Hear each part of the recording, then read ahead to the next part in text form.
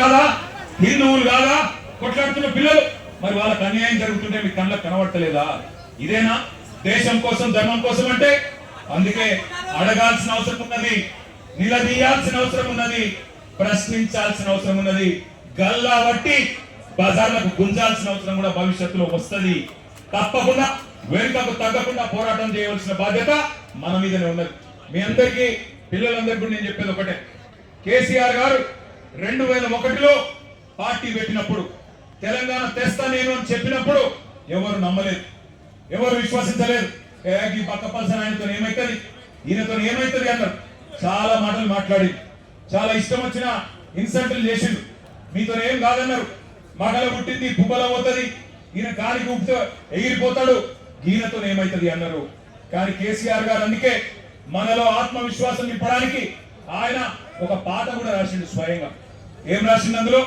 సిపాయిల తిరుగుబాటు విఫలమయ్యిందని, సిపాయిల తిరుగుబాటు విఫలమయ్యిందని అనుకుంటే వచ్చేదా దేశానికి స్వాతంత్రం? రాజీ లేని పోరాటమే విజయం సాధిస్తుంది, ముమ్మాటికి తెలంగాణ రాష్ట్రం వచ్చి తీరుతుంది. ఇది కేసీఆర్ రాసిన పాట. 14 ఏళ్ళు సావుకు భయపడకుండా, కేసులకు భయపడకుండా ఎట్లా ప్రజాస్వామ్యబద్ధంగా పోరాటం చేయాలో ఎక్కడికో పోయి నేర్చుకోవాల్సిన అవసరం లేదు. మన నాయకుడు కేసీఆర్ గారు ఆయన చేసిన పోరాటం మీ కళ్ళ ముంగట్నే ఉన్నది.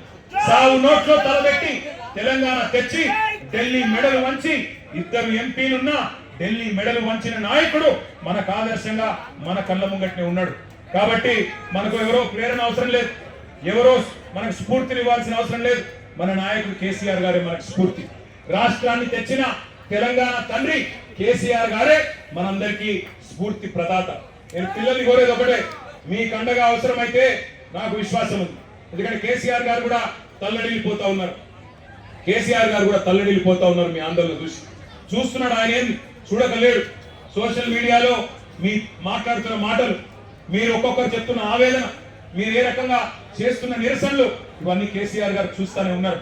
అందుకే అవసరమైతే కేసీఆర్ గారు కూడా తప్పకుండా మీకోసం, మీ భవిష్యత్తు కోసం గతంలోనే చెప్పినట్టుగా ఆయన కూడా he will rise to the occasion. ఆయన కేసీఆర్ గారు ఈ రోజు కాదు, కరోనా టైంలోనే చెప్పిండు, ఇండియా రియాక్ట్స్. కేసీఆర్ చెప్పిన మాట ఇవాళ మీకు ఒక తీరుగా అనిపిస్తుండొచ్చు, కానీ India will react. India has that ability to react. పిల్లలు భారతదేశ భవిష్యత్ నిర్మాతలు, వాళ్ళే ఈ దేశాన్ని కాపాడుకుంటారు, వాళ్ళే ఈ దేశ ముఖ చిత్రాన్ని మారుస్తారు. తమ భవిష్యత్తు కోసం అవసరమైతే ఎంత దాకా పోతారు. India has that ability to react, India has that ability to respond అనే మాట కేసీఆర్ గారు 6 ఏళ్ల కిందట చెప్పింది. సంవత్సరం కిందట నేను కూడా పోయినా ఒక బొంబాయిలో ఒక ఈవెంట్, ఒక మీడియా ఈవెంట్. అక్కడ మీడియా వాళ్ళు అడిగిరు నన్ను, నేపాల్ ఏమో జరుగుతుంది కదా, జెన్జీ ఉద్యమం జరుగుతుంది కదా, భవిష్యత్తులో భారతదేశంలో కూడా జరిగే అవకాశం ఉందా అని అడిగారు. నేను చెప్పిన ఎస్, భారతదేశంలో పిల్లల ఆకాంక్షలు నెరవేరకపోతే, వాళ్ళ ఇష్యూస్ అడ్రస్ చేయకపోతే, వాళ్ళ ఆవేదన అర్థం చేసుకోకపోతే, వాళ్ళకి ఇచ్చిన హామీలు నెరవేరకపోతే ఇక్కడ కూడా తిరుగుబాటు వస్తుంది అని చెప్పిన. చెప్తేప్పుడు నవ్విండ్రు, ఇంకేం తెలియదు అన్నారు. కానీ ఇలా చూస్తున్నారు కదా, సంవత్సరం తిరగకుండానే నాయకుడు లేడు, నాయకత్వం లేదు, రాజకీయ ఎజెండా లేదు, కానీ వేల సంఖ్యలో ఇవాళ కాక్రోచ్ల మాదిరిగా భారతదేశం అంతా కదిలి కాక్రోచ్ అని ఇన్సల్ట్ చేస్తే ఇలా అవే కాక్రోచ్లు ఢిల్లీ మీద దండయాత్ర చేస్తా ఉన్నాయి. వాళ్ళకి రాజకీయం లేదు, వాళ్ళు కోరుతున్నది ఒకటే, ప్రధానమంత్రి ప్రశ్నలకు సమాధానం చెప్పాలి. మొదలు ఏమన్నారు వాళ్ళు? ధర్మేంద్ర ప్రధాన్ రాజీనామా చేయాలని, ప్రధాన్ జీ ఇస్తిఫా దో అన్నారు. ఇవాళ ఏమంటున్నారు? ప్రధాని అప్నా మూఖోలో అంటున్నారు. ప్రధానమంత్రి నువ్వు నోరు తెరువు, నువ్వు మాట్లాడు, నువ్వు ఎందుకు చెప్పవని అడుగుతున్నారు. పిల్లలు సూటిగా అడుగుతున్నారు, ప్రధానమంత్రి గారు పరీక్షపై చర్చ करने वाले प्रधानमंत्री जी परीक्षा लीक पे क्यों नहीं चर्चा करते हो? పరీక్ష లీక్ మీద ఎందుకు మాట్లాడవు? పరీక్ష మీద చర్చ అంటావు, పరీక్షపై చర్చ అంటావు, పరీక్ష లీక్ల మీద ఎందుకు మాట్లాడవు అని ప్రశ్నిస్తా ఉన్నారు. అట్లాగే ఈ పిల్లలు అడుగుతున్నారు, ప్రధానమంత్రి గారు విశ్వగురువు, నువ్వు విశ్వగురువు కదా, మరి ఎందుకు నోరు విప్పుతలేవు, ఎందుకు మాట్లాడతలేవు అని అడుగుతున్నారు. పిల్లలు అడుగుతుంటే గర్జిస్తుంటే గర్వం అనిపిస్తున్నది. ఏమంటున్నారు? మీరు యుద్ధమే ఆపినా అన్నారు కదా, రష్యా యుక్రెయిన్ యుద్ధమే ఆపిలోని పిల్లల కన్నీళ్ళు ఆపలేవా, పిల్లల మీద జరుగుతున్న దాడులు ఆపలేవా ఢిల్లీలో అని అడుగుతున్నారు. సమాధానం చెప్పే సత్తా ఉందా కేంద్ర ప్రభుత్వానికి? సమాధానం చెప్పే ధైర్యం ఉందా ఈ నాయకత్వాన్ని నేను అడుగుతా ఉన్నా. ఇవాళ నోటికి వచ్చినట్టు మాట్లాడటం కాదు, పిల్లల మీద బ్రాండ్ వేసి బదనాం చేయడం కాదు. ఒకడు అర్బన్ నక్సలైట్ అంటాడు, ఒకడు దేశద్రోహి అంటాడు, ఒకడు ఇంకేదో అంటాడు. మాట్లాడితే గొంతు విప్పితే, మీకు వ్యతిరేకంగా గలం విప్పితే ఇవాళ ఇష్టం వచ్చినట్టు గొంతు నొక్కే ప్రయత్నం చేస్తా ఉన్నారు. నాకు ఇంకా అన్నిటికన్నా గొప్పగా అనిపించింది, మీకు చెప్తా. ఎంత బాగా అనిపించిందంటే నాకు, మీకు మద్దతుగా ఏ రాజకీయ పార్టీ రాలే 25 రోజులు, మీకు మద్దతుగా ఏ మీడియా రాలే. మొన్న మీరు చూసిన నేను కొంతమంది మీడియా వాళ్ళు ఆఖరికి అనివార్యంగా పోయినారు. పోతే పిల్లలు అడుగుతున్నారు, ఎక్కడున్నారా 25 రోజులు మీరు, ఎందుకు రాలే, ఎందుకు మా ఆవేదన చూపెట్టలే అని మీడియాను కూడా ఇలా గల్లా బట్టి నీళ్ళు తీసే పరిస్థితి వచ్చింది అనే మాట కూడా నేను విజ్ఞప్తి చేస్తా ఉన్నా. ఇక నడవది మీడియాతో ఎజెండా సెట్ చేసే రాజకీయం నడవది. మీడియాను అడ్డం పెట్టుకొని, స్లాటర్ హౌస్లను అడ్డం పెట్టుకొని ఇవాళ వ్యక్తిత్వ హననాలు చేసే రాజకీయం నడవది. ఇవాళ పిల్లల దగ్గర పదునైన అస్త్రాలు ఉన్నాయి, వాళ్ళు చూస్తారు. తప్పకుండా భవిష్యత్ నిర్మాతలు మేల్కొన్నారు. నేను మళ్ళీ చెప్తా ఉన్నా, మోడీ గారు, నువ్వు ఎవరితోనైతే గోక్కోవద్దో వాళ్ళతోనే గోక్కున్నావు. వాట్సాప్ యూనివర్సిటీ విద్యార్థులు ఇన్స్టాగ్రామ్ జనరేషన్ తో పంచాయతీ పడ్డది. వాళ్ళు వాట్సాప్ అంటే ఎవరు? వాట్సాప్ యూనివర్సిటీ అందుబాటు వాట్సాప్ యూనివర్సిటీ విద్యార్థులకు ఇన్స్టాగ్రామ్ జనరేషన్ కు పంచాయతీ పడ్డది. ఎవరు ఏమైతారో, ఎవరు ఆగమవుతారో మీరు చూస్తారు, నేను కూడా చూస్తా.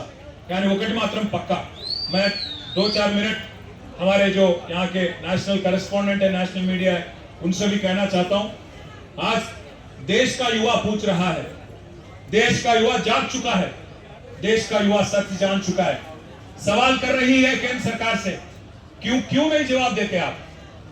क्यों आप एक मंत्री को, एक आपके केंद्र सरकार में एक मंत्री को बचाने के चक्कर में क्यों पूरे देश का युवा के गुस्सा आप अट्रैक्ट कर रहे हो? क्यों आप नाइंसाफी युवा के साथ कर रहे हो? मैं भी एक बाप हूं, 2 बच्चों का बाप हूं. मैंने कल जो देखा, जुलाई 20 तारीख के दिन युवा के साथ दिल्ली में जो सुलूक किया गया, जो जुल्म किया गया, उन पे जो लाठियां बरसी, उनके साथ जो पुलिस वाला बर्ताव कर रहा था, जिस कदर उनको पूरी तरह से कुचल के मार रहे थे, ये देखने के बाद हर नागरिक का, हर हिंदुस्तानी का दिल दुख रहा है. प्रधानमंत्री जी, परीक्षा पे चर्चा करने वाले प्रधानमंत्री जी, परीक्षा के लीक पे भी चर्चा करिए, पार्लियामेंट में जवाब दीजिए, एक बार खुल के बोलिए, बयान दीजिए. क्यों बचा रहे हो धर्मेंद्र प्रधान जी को? क्या जरूरत है, क्या तकलीफ है उनको हटाने में? युवा आपसे सवाल मांग रही है, इस्तीफा दे दो और बाद में एजुकेशन में जो रिफॉर्म वो चाहते हैं आमने सामने बैठ के आप तय करो, पार्लियामेंट के जरिए डिस्कस करो, पूरे देश के सामने ड्राफ्ट रखो, उसके बाद तय किया जाएगा कि कौन क्या है. इसके अलावा मैं एक और डिमांड भी हमारे बीआरएस पार्टी की तरफ से मैं करना चाहता हूं. आज तेलंगाना का युवा जो है हैदराबाद में हजारों के तादाद में यहाँ पे इंदिरा पार्क के पास आ गया और यहाँ से युवा भी डिमांड कर रहा है, जो हमारे भाई और बहन, जो हमारे नौजवान बच्चे, हमारे युवा जो जंतर मंतर के पास आज हड़ताल पे बैठे हैं, उनको सॉलिडारिटी एक्सप्रेस करते हुए उनके साथ कांधा से कांधा मिला के यहाँ का युवा भी आपसे पूछ रहा है सवाल, आप क्यों बचा रहे हो धर्मेंद्र प्रधान को? आप ही की गलती है, आप ही की गवर्नमेंट की गलती है, उनको तुरंत हटाओ. साथ ही साथ जो केस लगाए गए और जो जुल्म किया गया पुलिस वालों की तरफ से, उन सबको शिक्षा मिलना चाहिए, उन सबको कड़ी से कड़ी उनको सेक्शन लगा के उनको भी अंदर भेजना चाहिए. जिनके साथ जुल्म किया गया उन पर भी कार्रवाई करनी चाहिए और जो बच्चे जिन पे केस लगे हैं वो पूरे केस हटा के आपको उनके साथ भी इंसाफ करना है. చివరగా ఈ పోరాటం ఒక ధర్నాతోనో ఒక నిరసనతోనో అయిపోవద్దు. మీరేదైతే మేమెవ్వరు రాకముందే గొంతులు విప్పి గలం విప్పి మీరు బలంగా నిలబడ్డారో నేను మీ అందరికి మాటిస్తా ఉన్నా, మీ నిరసన, మీ పోరాటం ఒక లాజికల్ కంక్లూజన్ వచ్చేదాకా, కేంద్రం దిగి వచ్చేదాకా, కేంద్రం మెడలు వంచేదాకా మీ ఎంబడ ఒక అన్నలాగా నేను కూడా నిలబడతా. నా వంతుగా ఉడతా భక్తిగా ఎంత అయితే అంత నేను కూడా చేస్తా. మా పార్టీ నాయకత్వం మొత్తం కేసీఆర్ గారితో సహా మా పార్టీ నాయకత్వం మొత్తం గౌరవ ఎమ్మెల్యేలు, గౌరవ ఎంపీలు, గౌరవ ఎమ్మెల్సీలు, అదేవిధంగా గౌరవ సీనియర్ నాయకులు అందరం కూడా ఇక్కడికి వచ్చున్నాం. మీ అందరికీ అండగా నిలబడతాం. 119 నియోజకవర్గాల్లో ఎక్కడి వాళ్ళం అక్కడ మీకు ఏ రకమైన సహాయం కావాలన్నా, ఏ రకమైన కార్యక్రమం చేయాలన్నా వెన్ను దన్నుగా మా అంబర్పేట ఎమ్మెల్యే గారు వెంకటేష్ గారు కూడా అక్కడ ఉన్నారు. వారితో పాటు తరలి వచ్చిన మా ఉప్పల్ ఎమ్మెల్యే లక్ష్మారెడ్డి గారు కూడా ఎక్కడెక్కడ ఉన్నారు.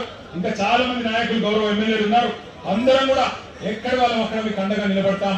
ఈ పోరాటం ఫలించేదాకా మీతో కలిసి నడుస్తామని చెప్పి మీకు మళ్ళొక్కసారి విన్నవించుకుంటూ, జై తెలంగాణ.